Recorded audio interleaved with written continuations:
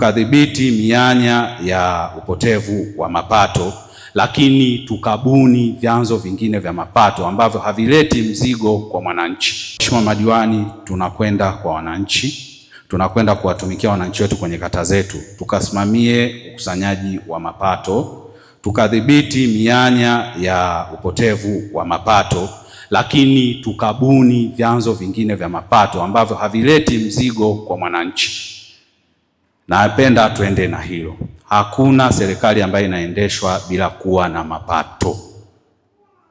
Tupo hapa kwa sababu halmashauri yetu mpaka sasa hivi inajitahidi, inakusanya, lakini sisi twendeni tukatilie mkazo na pia kuwaelimisha wananchi umuhimu wa ukusanyaji wa mapato. Tuyasimamie mapato hayo yaweze kwenda kuwaletea maendeleo. Tuna miradi mbalimbali ya maendeleo ambayo inatekelezwa kwenye maeneo yetu. Kuna miradi ambayo iko ya mwaka wa 25 na 26, lakini kuna miradi ambayo ni miradi viporo.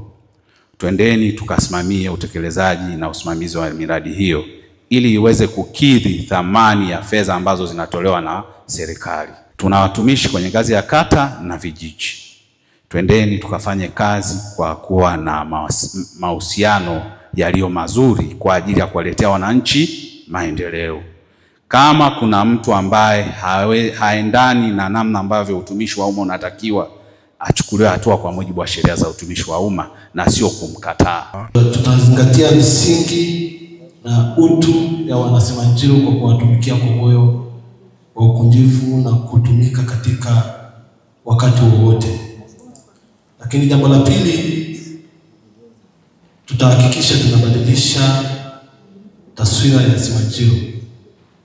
Manake tukishirikiana yale tulionayo yakizingatia misingi ya utu na ya kisheria, nina imani kwamba Simanjiro itakaa sawa na itabadilika.